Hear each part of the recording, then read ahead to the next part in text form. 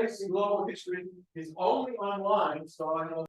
My name is Dr. Andrew Drenus. I am a professor in the history department, and I am also the coordinator of the Medieval and Renaissance Studies program, an interdisciplinary minor in the College of Fine Arts, Humanities, and Social Sciences. And on behalf of Medieval and Renaissance Studies, I am very excited to introduce you to our guest lecturer today, Dr. David Kalivas, who will be speaking to us about the terrifying Black Death pandemic of the 14th century. For nearly 40 years, Dr. Kalivas taught world history courses at Middlesex Community College, retiring a few years ago in 2020. He served as the founding director of the Commonwealth Honors Program at Middlesex from 2010 to 2020. And Dr. Kalivas has been affiliated with the UMass Lowell History Department as adjunct faculty since 1981 and has been teaching online for us for the past 24 years.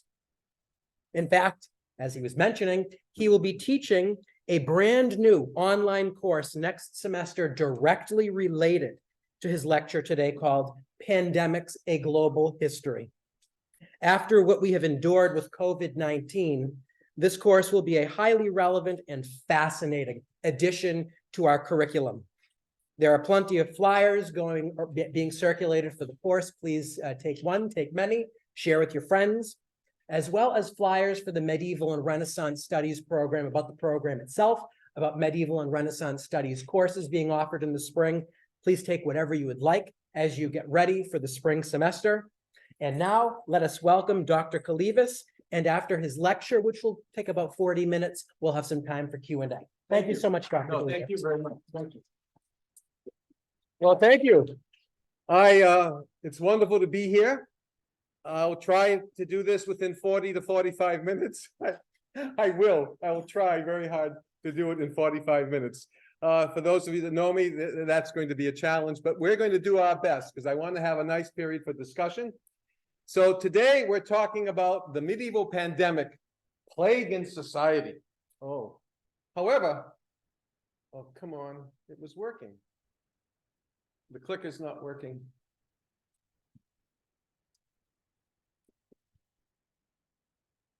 Let's see. Is there another clicker? Did you turn it on? Yeah, it's on. And did you put the, It's down here. why don't you put it in here? We tried, it wouldn't work there. Oh. It worked here, and then now it just stopped working. You just gotta do this. No, it's the slides are not going. The slides, they were. We're having technical difficulties, of course. The best laid plans. Is there an into this? What's that say? Talking, Regia Gamble. No, it's not. I don't. Well, let's get out of the slides. Oh, because it's on the online thing. No, that shouldn't have. That shouldn't. Oh, wait, was that me? That's me or you? That's you. No, but it won't move. Okay, so you might have to use the. Yeah, oh, that's too bad. You might have to use the mouse. Yeah. Oh, the mouse. Oh, let me plug it in there. Yeah. One more plug. Right here. There's always hope.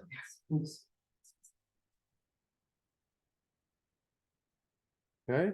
There we go. There we go. Great. All right, there we go. Good, because the idea of having to be stationary would just be not good. All right, so let us begin again. And I was thinking to start this little presentation talking a bit about endemic, pandemic, epidemic, but you know what? We've all been in a pandemic now these past few years. You all understand that that's a global epidemic. And for those of you in the public health course, and endemic is when the virus and the malady is in reservoirs, small pockets, but waiting to grab you, but no longer at epidemic levels because of immunities and what have you. So we won't go into that, but I thought we would start just by way of reflection, looking at the COVID pandemic that we're coming out of. Now, I say we're coming out of it because with some 600 deaths a week, we are still in the tail end obviously, vaccines and immunities are mitigating the lethality of the COVID pandemic that it was at the beginning. But if we look at it, there have been about 1.13 million deaths from January of 2020 to June 2023. That's about, on average, if you average it for a weekly, 6,166 deaths per week. Now think about that.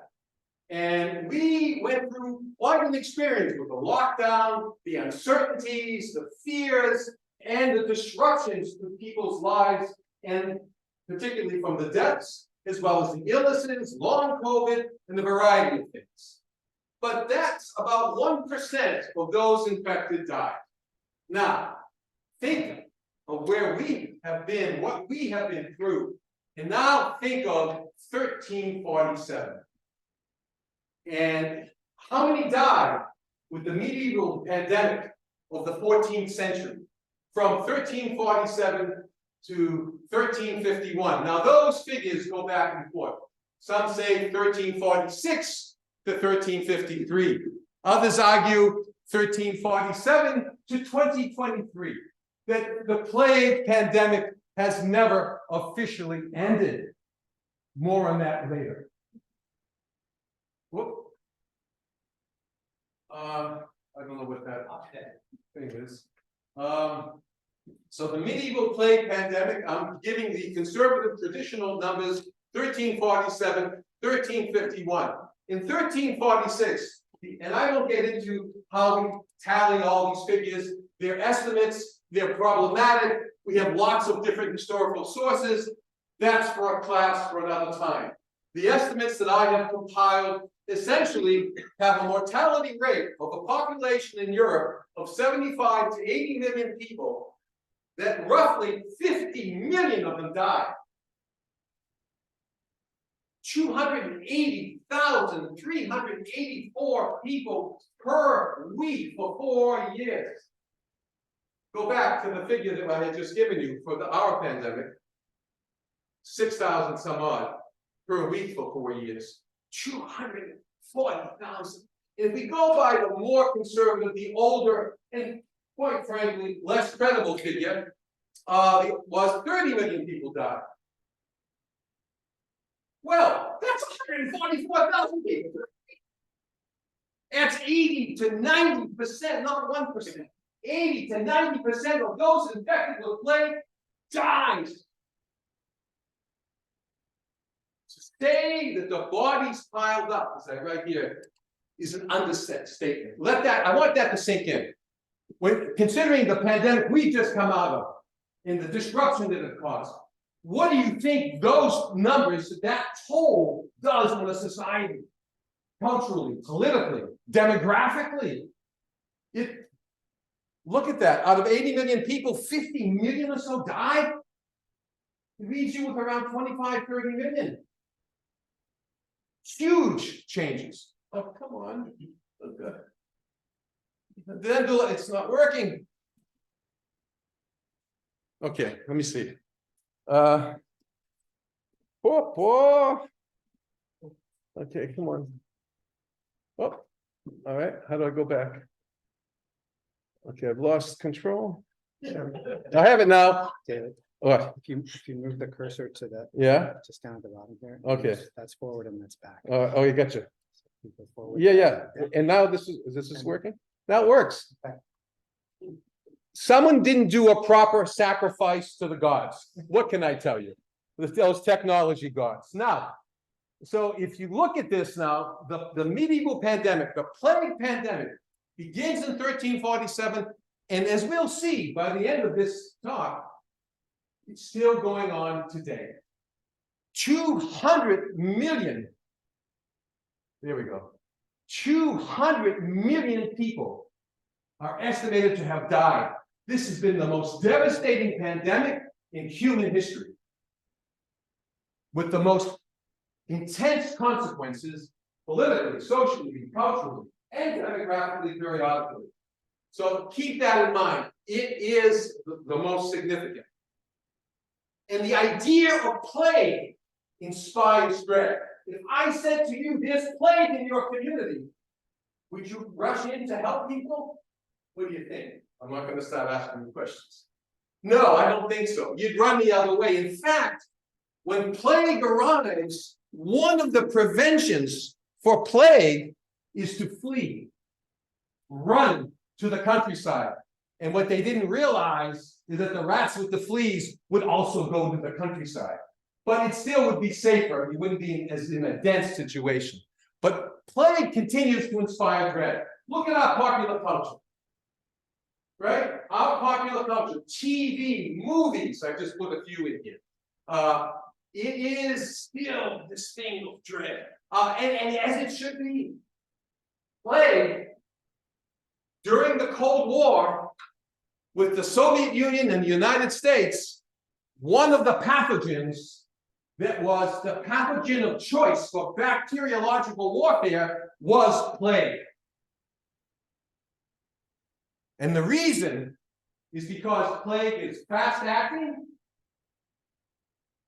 treatment is ineffective if delayed in the modern world. We do have antibiotics if it's not antibiotic resistant, but it needs to be administered within 24 hours or you're dead.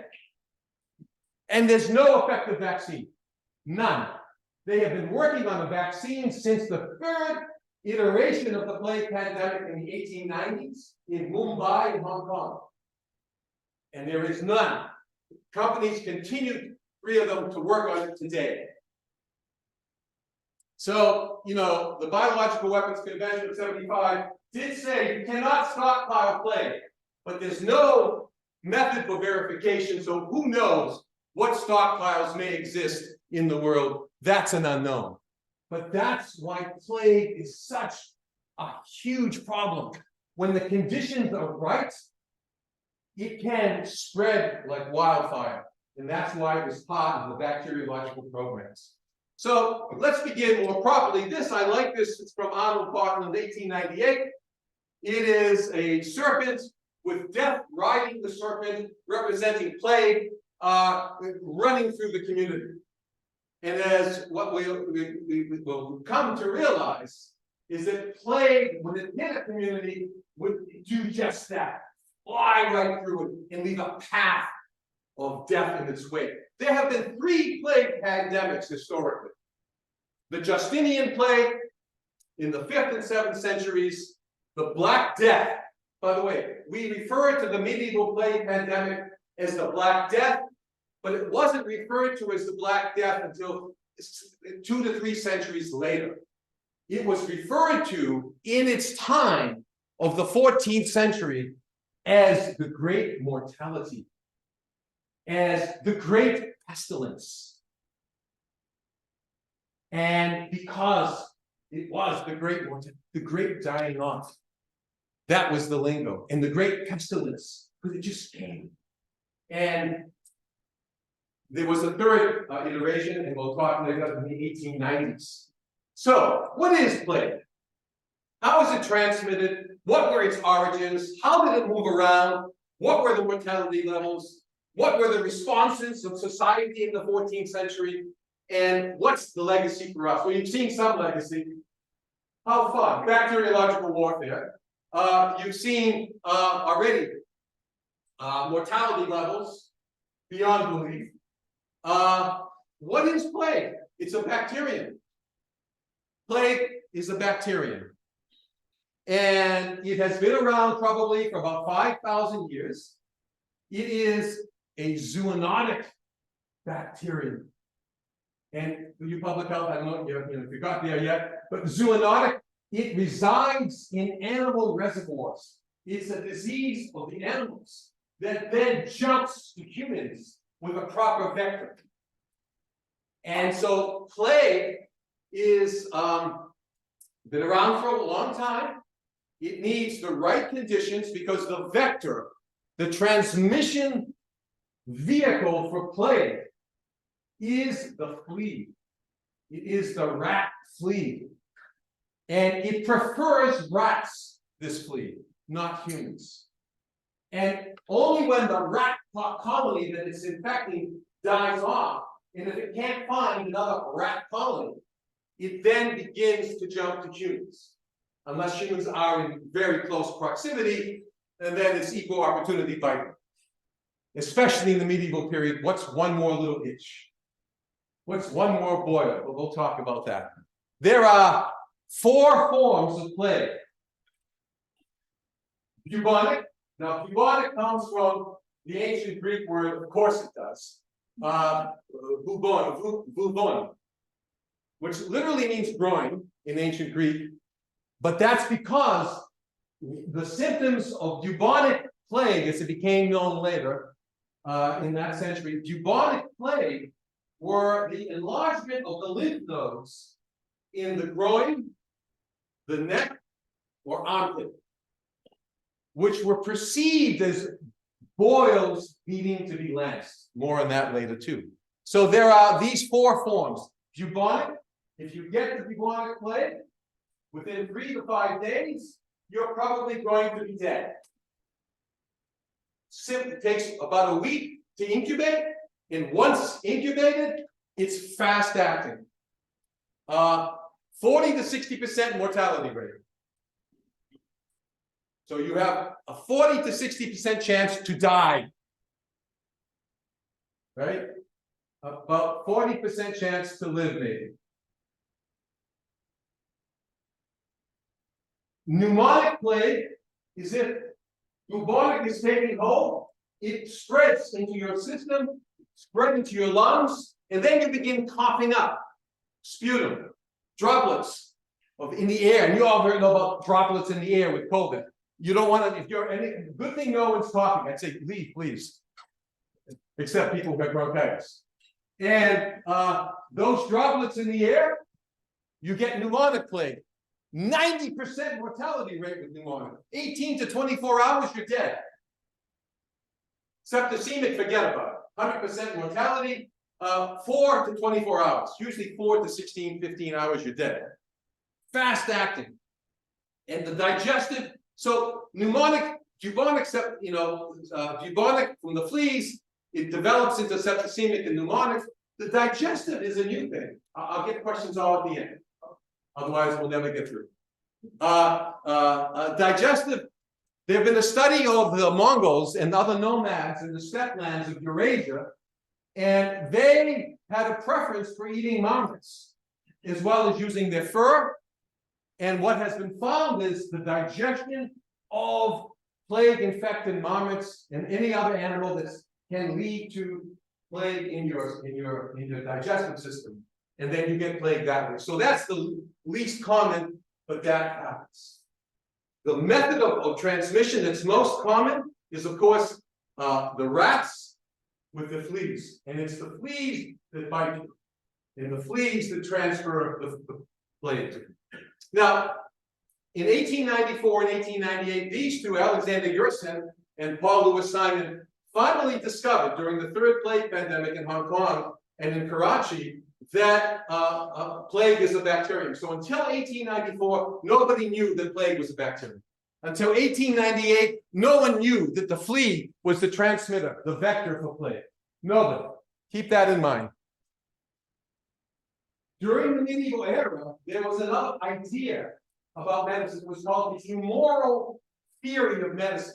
And we'll talk more about this. But essentially, in the medieval era, the idea was that bad air, stench, bad smells is what gets you sick. And Professor Carl Smith was wearing a plague costume, and that wasn't designed to, let me put this way, that was designed to put herbs and spices in the beak to filter out the bad air. And we'll talk more about it because the idea of bacteria didn't exist. The idea of bacteria and viruses did not exist. Transmission was from bad air. So in 1347, this is how we're told the plague came to Europe. Now I got to move quickly over some of these slides. So I will try and move very fast over a few of these so we can focus on a few others. So there's a lot of theories about this, but I'm just going to do this quickly. In 1347, in Kaffa, there was a battle between the Mongol forces of the Golden Horde. If we had 3 hours, I mean, we should just bolt the doors, call for pizza, and not leave. How? And then we can get into this in some detail. But yeah, you didn't know, did you? So, in 1347, in Kafra, which is in the Crimea, in the Black Sea, it was the Mongol forces of the Golden Horde and the Genoese, because it was a Genoese trading city from the into the early 13th century, mid 13th century. And this is, of course, a woodcut or a painting of that battle. During that battle, the Mongol forces came down with plague. They were told catapulted the corpses of the plague victims into the city, spread plague into Kaffa, and then the Genoese ships after brought plague unsuspectingly because they brought rats, love traveling on ships, and wherever the rats go, so go the fleas. They're a partnership. And they're a symbiotic relationship. Okay. And so our source for this is this History of Disease by Gabriel de Mussy. And again, won't go all into it. Supposedly it was the eyewitness account of what was going on in Kaffa. And what we do know is that he is from Piacenza in Italy. He never went to Kaffa at that time, but he took the experiences of Piacenza and the plague and transferred it there. But for centuries, that was the work that said, Kaffa, plague. Genoese ships leave Kaffa, go to the Italian cities, bring plague. Plague envelops and explodes in Europe. New theories have emerged now that said, no, you know what? That's too neat. And new evidence has emerged these past 10 years that looks at the medieval Afro-Eurasian trade routes. This is from the 11th and 12th century, and as you can see, they were significant 2 centuries before. So by the time we get to the 14th century, we have thriving cities, commercial hubs in Italy and Europe, throughout the Mediterranean, into the Black Sea, across the Silk Road routes and of Eurasia, and of all the maritime routes. So there is a hustling trade. It's a misnomer that it was the Dark Ages. It was a thriving period in history. Well, the plague will dampen all that. And so the theory is that the Mongol Empire that emerges in the 13th and the 14th centuries as the largest land empire in history, that through that empire, there will be a lot of trade in the 12th, in the 13th, and in the 14th centuries. And these are all those trade routes I just showed you. And you see that really thick red line? That's the plague routes. So the theory is that earlier than 1347, probably within the year to 8 months before, even though there was a supposed embargo on the Italian, and the Venetian, and Genoese ports in the Black Sea, that grain trade, that grain ships made its way into Italy, and that these overland and maritime trade routes transported the rats and their fleas to new rodent colonies, seeded them. They then, over a short window of 6 to 4 months, spread in those colonies. And the fleas, spread, the rats moved around. And by the time we get to what?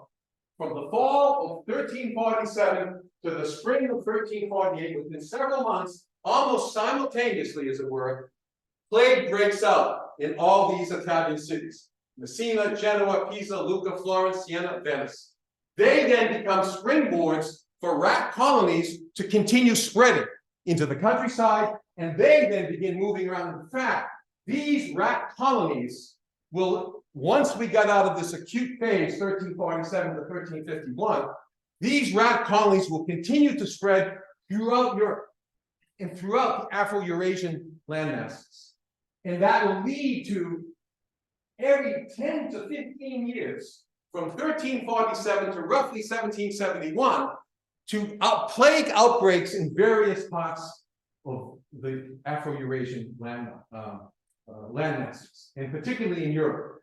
And so from 1347 until 1771, with the plague outbreak in Moscow, there will be a variety of plague outbreaks, and they won't get easier. they'll be just as lethal, just as virulent. This is in a plaque in Weymouth, England. You can read it for yourself. The Black Death entered England in 1348 through this port. It killed 30 to 50% of the country's. You go to Weymouth, you can see. And we don't have time to get into all these numbers, but they show you Florence, 50% of the population died in 1348. Venice, 60% of the population. Now in Venice, Florence, these are huge percentages. If they had 75,000, 100,000 people, 150,000 people, we're talking tens of thousands of deaths. They didn't have enough time to bury the bodies. This is just more numbers showing us rates. Now, plague arrives, what's the first response? Shock, panic, horror. And yes, you could be correct, because they didn't know it was coming. Do you remember in January, February, March 2020, we were watching on TV images from Italy and Spain, and I remember these particular, where the coffins were piling up. They didn't have room to put the coffins. They were overflowing with deaths from COVID. And that's at the figures of 1%, right, that I showed you. Look at this. Their bodies were piling up everywhere in these cities. What happened when you try and flee? Why did this come? God is angry. You are all sinners. And the sin of all has created this vengeance of God. And this wrath has been brought down upon us. Well, Black Death is God's wrath. How did the dog, oh, come on, it's good winning. Hold on. The thing, I just got to go here, click this. Let's see. Yeah. Just needs a jump start now. Okay. All right. So here we go. How did the doctors treat plague in the 14th century? How did cities react to plague after the shock, panic, and horror? And I'm going to just mention Boccaccio's Decameron. If you've never read it, well, it's big. It's great because it is stories about what it was like living in the plague years in the 1350s in Italy. In the opening, well, we don't have time for it, but I urge you to have a look someday. Cities, when we talk about medieval cities, they're crowded, they're dense. Now, how many of you, when you walk around in the city, you have to, oh, excuse me, pile of manure, human excrement? Nobody, right? Well, they would throw literally the chamber pots out the windows. This is not a lie. This is not Monty Python. The streets were filthy. They would dump refuse as well as human excrement. They would, the butcher would dump the offal, the organ meat and all the remains on the streets. The animals would eat it. The rats and fleas were everywhere. It was a daily occurrence. The medieval city, depending on which part you're in, especially, could smell very bad. Keep that in mind. Lots of stench. Now, Professor Carlsmith was good to wear the costume. So this is an image of the plague doctor. You all have this image already? No? Okay. Well, this is the image. But this image is late. This is 16th, 17th century. The pandemic is, going on a couple of centuries. But this plague doctor costume was designed, finally, to prevent the bad smells from infecting the doctors. So like I said, the beak had herbs and spices to filter out the smell. The costume itself was waxed. The wax to prevent any of the miasma. It's from the Greek again. It means bad air. Any of the miasma, but we can't have that miasma, that bad air, that bad air that can imbalance your humors. So the humoral idea of medicine dates all the way back to Hippocrates and Galen from the 4th and 2nd centuries. I know the Greeks, again, I didn't plan it this way. Okay, and but this notion that our bodies and our health are based on these 4 humors, that if they're in balance, then we are healthy. If they're out of balance because bad air has come in, or the stench of the bad air isn't just imbalancing our humans, it's actually a poison. And that bad air, that stench is a poison. And it's making us sick. So that notion, of course, led to these eventually, but in the beginning of the plague pandemic of the 14th century, the doctors did not have such hospitals. They weren't ready. They had no idea what was coming. They had no idea what had arrived. The Justinian plague was, what, 800 or so years before. So this is an important element. In the 14th century, this notion that humorous and miasmatic, bad air, that this was the medicine, that bad air is poisonous, it's deadly. This, by the way, is a 15th century rendering of the dance of death. Because one of the things that comes out of the plague is in art. You will have a lot of representations of death dancing with humans. The dance macabre. Well, one of the things they would do is they would have cars. People would be dying so rapidly. There was no curator, and they literally would have bodies piling up on the streets, piling up in the homes. And Monty Python did a spoof of this, Bring Out Your Dead. I don't know if Monty Python is still current, popular with your generation. I have no idea. Does anyone know the reference to Monty Python's Bring Out Your Dead? A few. The rest of you, homework. Google Monty Python, Bring Out Your Dead. You'll get a spoof. And it's really a good one. If I had several classes with you, I would play it actually. All right, but Bring Out Your Dead was real. And they would bring out the dead, and they would, of course, have mass burials. And because they thought there was this effluvia rising from the ground, this bad air, they would have charcoal pits like this throughout the different streets, and hopefully the charcoal could clean the air. This is a 16th century woodcut, but what you see, it's relevant for any of the plague period, from the 14th, the 15th, the 16th, the 17th, the 18th centuries. This is the plague doctor here. And as we talked, Chris, earlier, he's wearing a little hat there, not the wide-brimmed one. And this is the plague victim. And look, holding the nose here. He's got a sponge here, probably with vinegar or something, to help prevent the bad air. And she does here as well. This one seems to be praying. He's in rough shape. He's going to die, of course. So how do we treat plague victims? What did the doctors do? What's the doctor do in the plague years of the 14th, 15th, 16th centuries? If there's an imbalance in your humors, well, that means there's a defect in your blood. We got to get rid of your blood. So these were the treatments. Bloodletting with a knife. Just open up a vein, pour it out, and you get that bad blood. And that bad blood would mean those bad humors would come out. And if those bad humors come out, it would rebalance your humors. And allow, if it's not a humoral imbalance, then allow the poison to escape. Now, as I mentioned, all your lymph nodes, armpit, groin, neck, they would get very, very swollen. And they would become blackened because the tissue would necrotize over time. And as the tissue would necrotize, it would die. It would darken the skin. Hence, they thought, oh, it's another boil.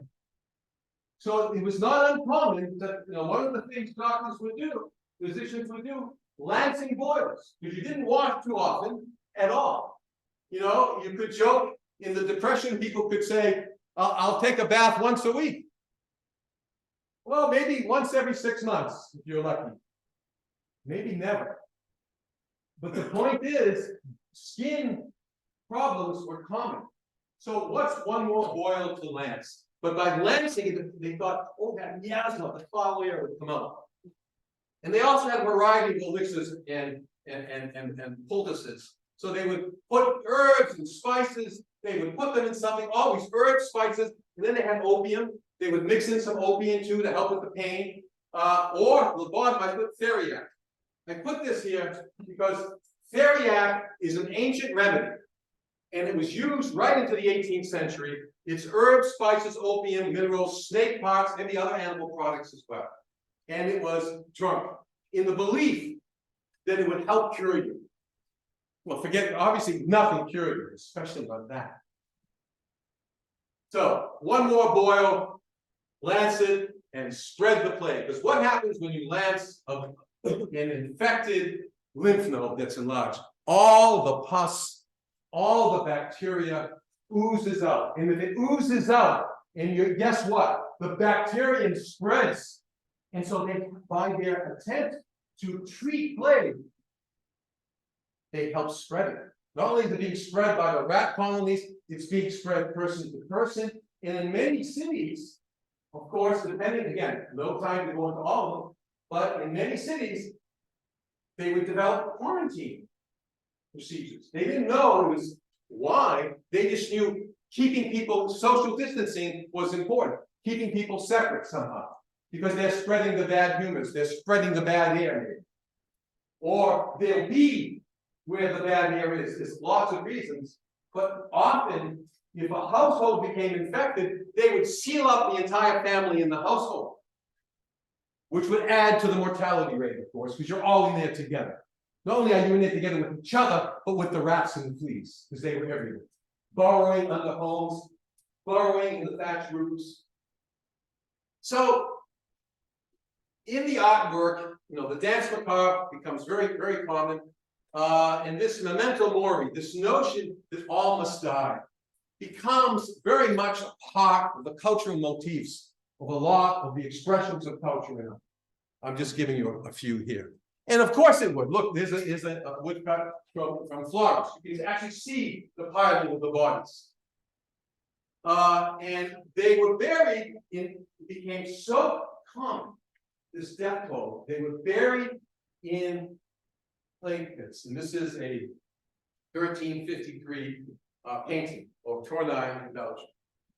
And it gives you a sense, all the coffins coming in, the burial into plague pits. Now, they didn't just throw them in the plague pits.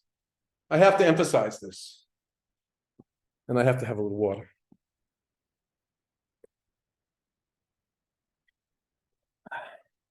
They didn't just throw them in. They actually did their best to bury them nicely.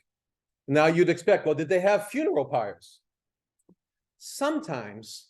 But the problem with funeral pyres is that it ran against the religious traditions.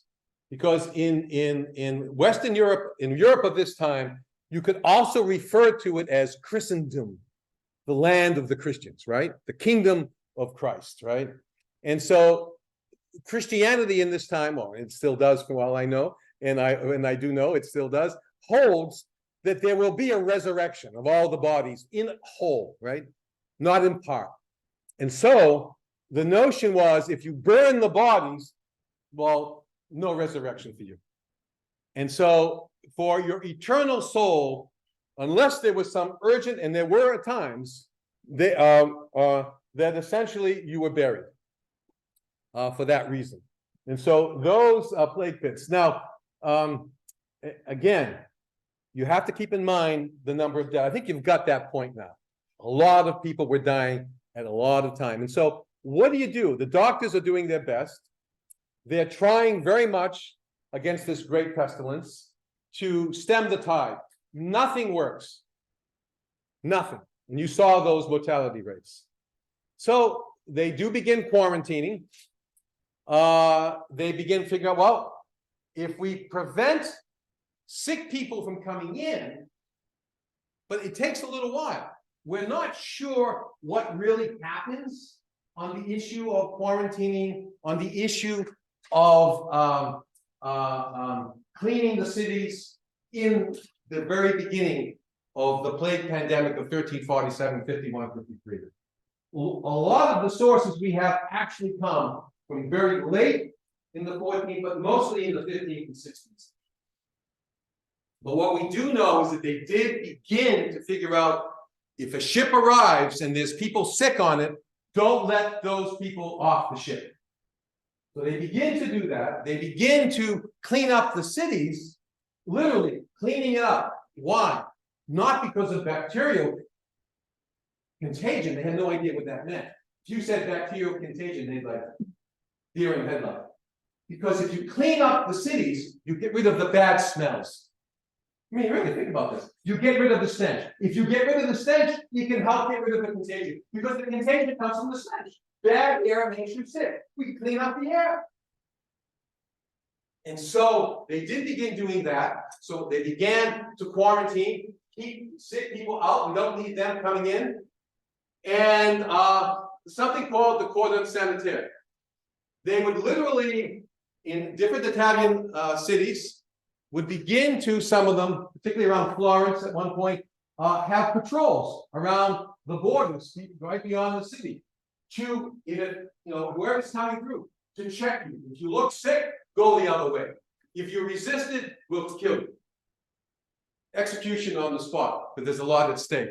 Now, the cordon sanitaire, this notion of cordoning off huge areas, really continues for different parts of Europe right into the 19th century. The Austrian-Hungarian Empire, for instance, the Habsburgs, will institute a cordon sanitaire as late as the 17th century and keep 18th century, I'm sorry, and keep it going into the early 19th century in the border area with the Balkans for other outbreaks of other illnesses.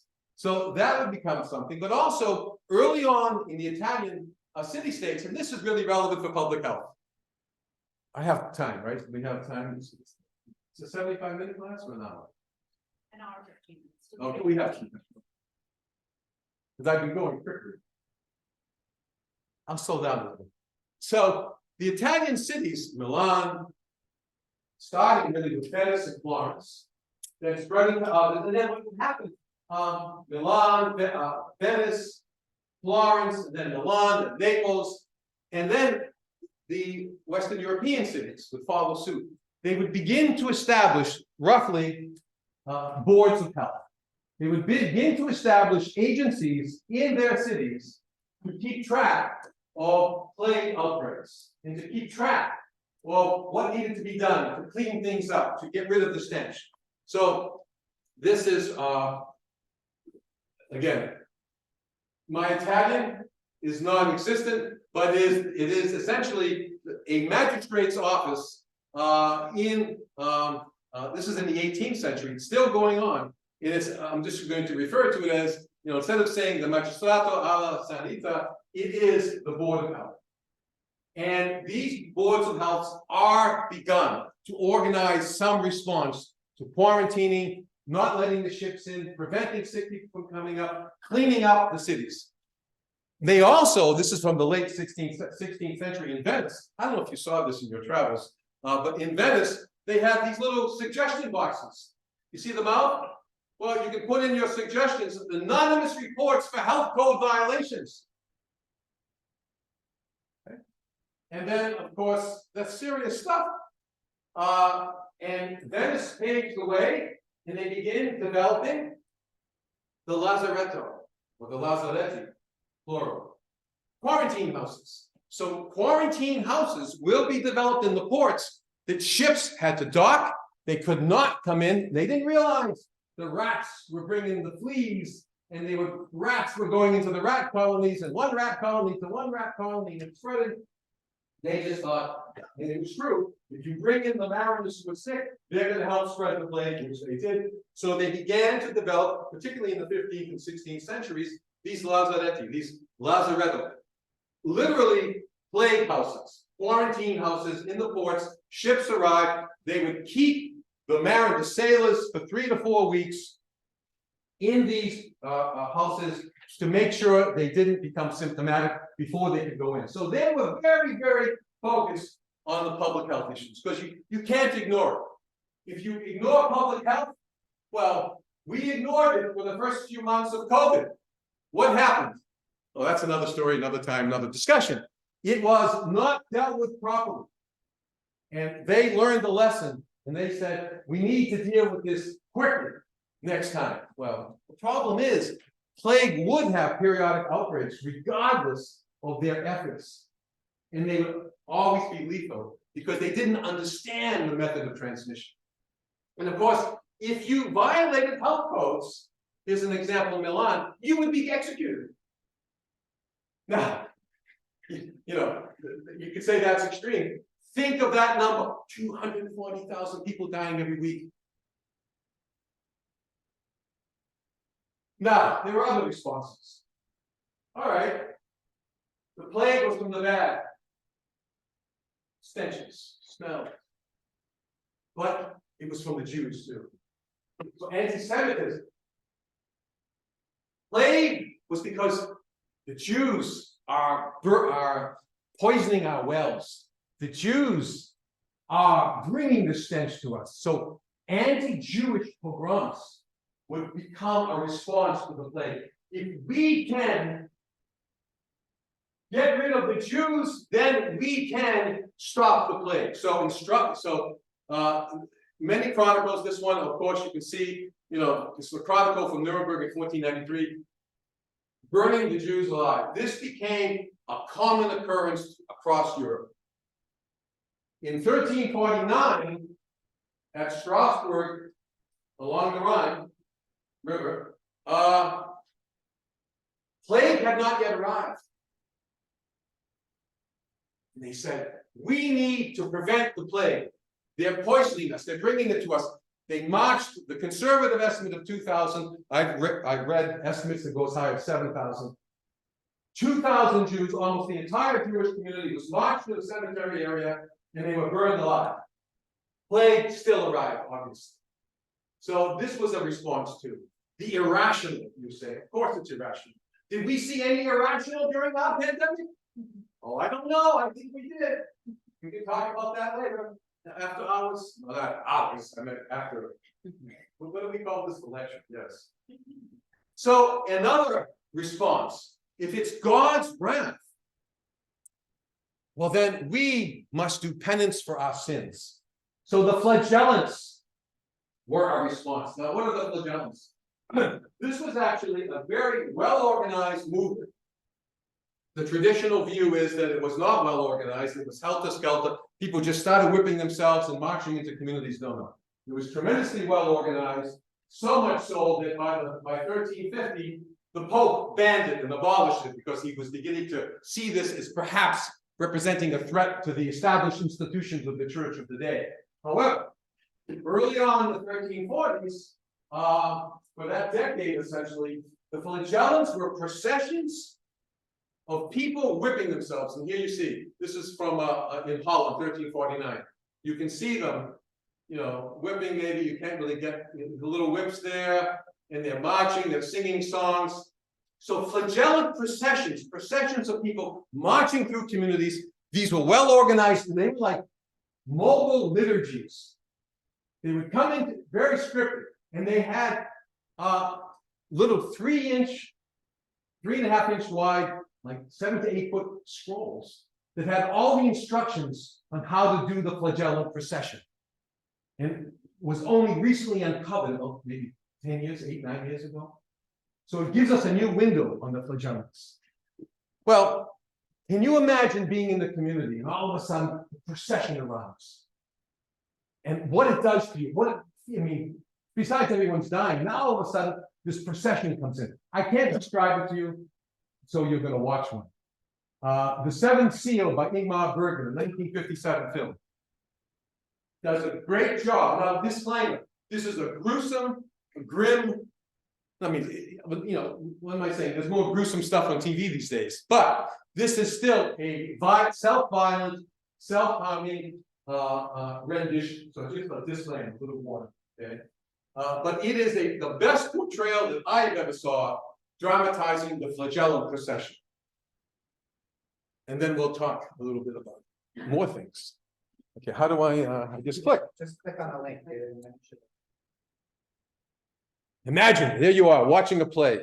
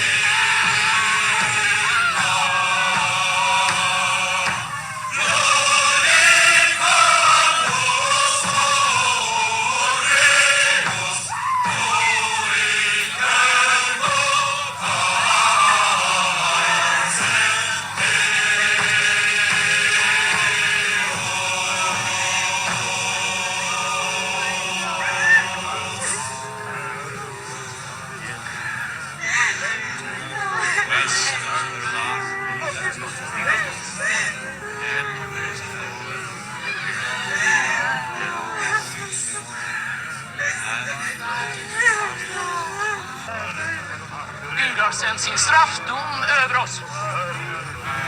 Ah! So he would just go on. I don't know what that is. That's not me. Ser hon? Eller svarar Yeah, vi? close out. Hon har inte ont mer. Vi svarar Later inte on på in the frågan. thing. But we're not gonna watch that. There we go. Thank you so much. Too many things. Okay, hold on. There we go. So, as you saw by that, can you imagine? You're just minding your own business and this unannounced comes through. It only reconfirms the horror of what's happening.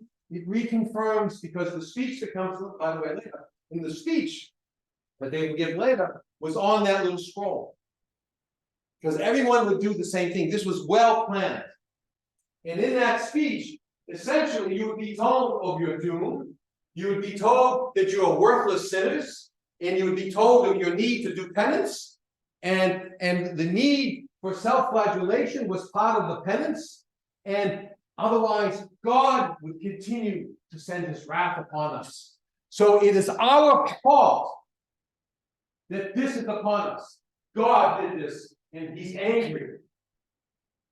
And so that's what came in. So what did that do? It reinforces the need. Yes, penance. God, open my penance.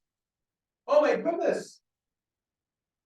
So, in addition to the flagellants, who didn't last too long, because they became a potential threat to the institution of the Church of the day. Again, we're going to go through this quickly. The artwork would be infused with images of death. This is Bruegel the Elder from the 16th century, showing the arrival of plague. This is the Dance of the Death by Holbein. Now, there's hope, all right? So, plague begins to recede eventually. And if you go to the cities, Vienna, Venice, Prague, you will see churches built as a commemoration and as an offering to God. To say, we've built this, we've humbled ourselves, please, no more, essentially.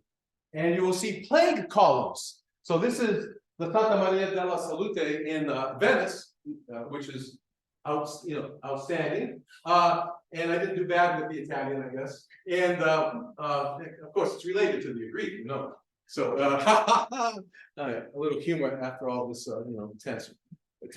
The Holy Trinity plague column in Prague. Did you happen to see that when you were in Prague? It was very cold when you were there. No, who wants to be outside? And in Vienna, the Pestasuli, right?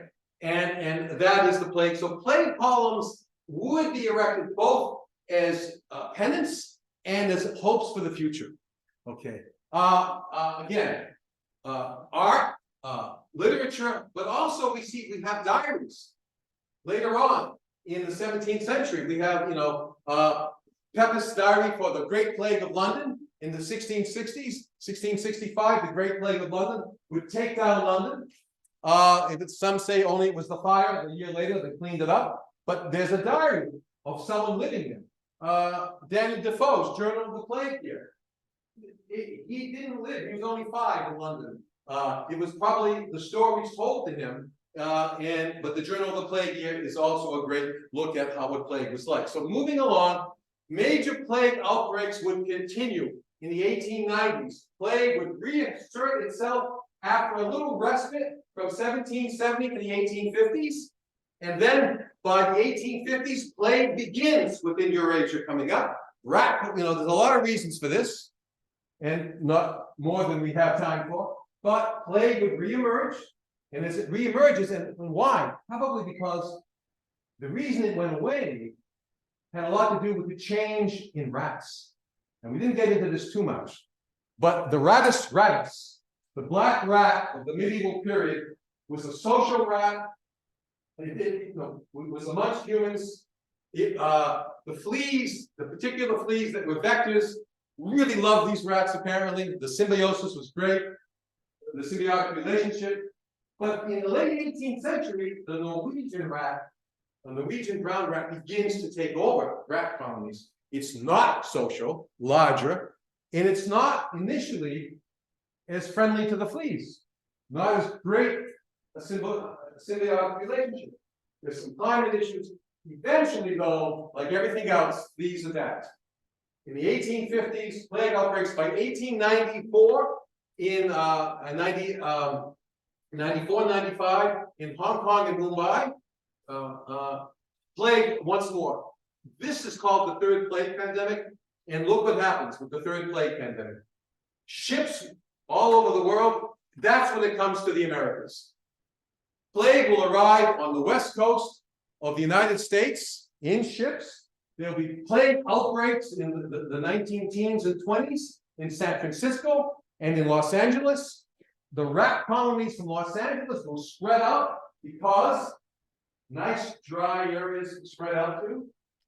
And before you know it, if you go today to Yosemite or to the Grand Canyon, you will see signs like this: plague warning, caution, prairie dogs have plague. Do not feed the squirrels, plague. Has anyone been to the Grand Canyon to see these signs? You have. Did you see the signs? Aha. See, it's true. I'm not making it up. And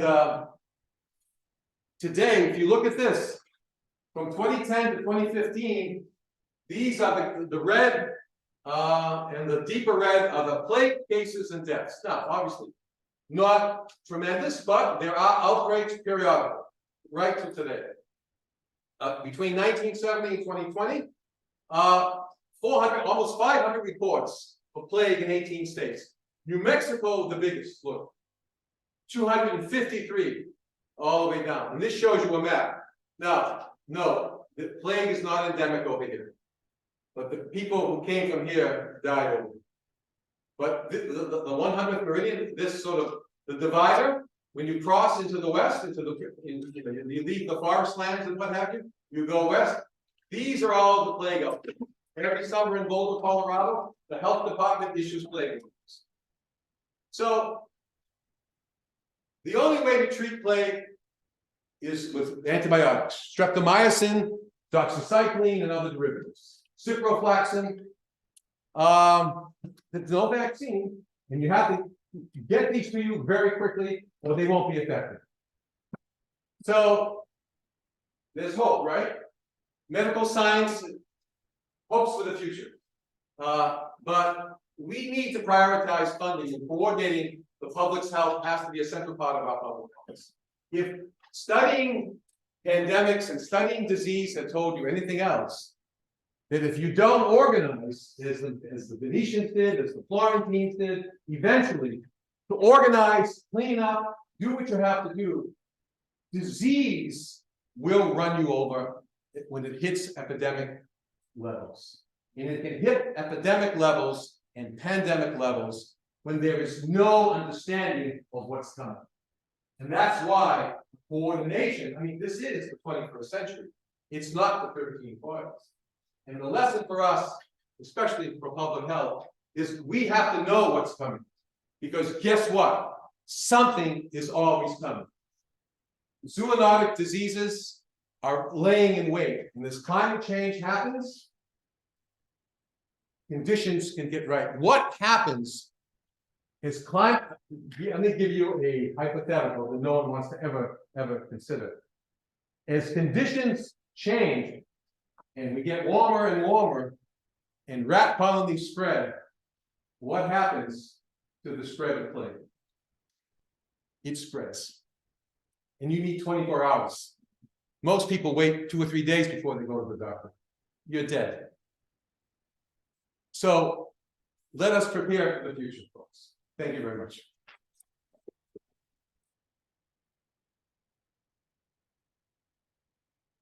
Well, that was a cheery ending, wasn't it? All right, now questions. I took longer than 40 minutes. Questions? Yes, sir. Hold on, I can't hear you. If you're leaving, leave quietly, please. Wait a minute, you get older, you can't hear. Go ahead.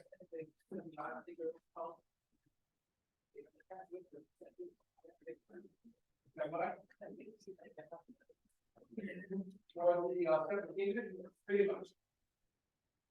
Septicemic is pretty much 100% fatal because it's so fast acting. You're usually dead within as early as 4 hours, usually by 15 or 16. Any other questions? I see they want to go. But you can go quietly. Are there any other questions? Yes, a question. Yes. Say it again. Yeah.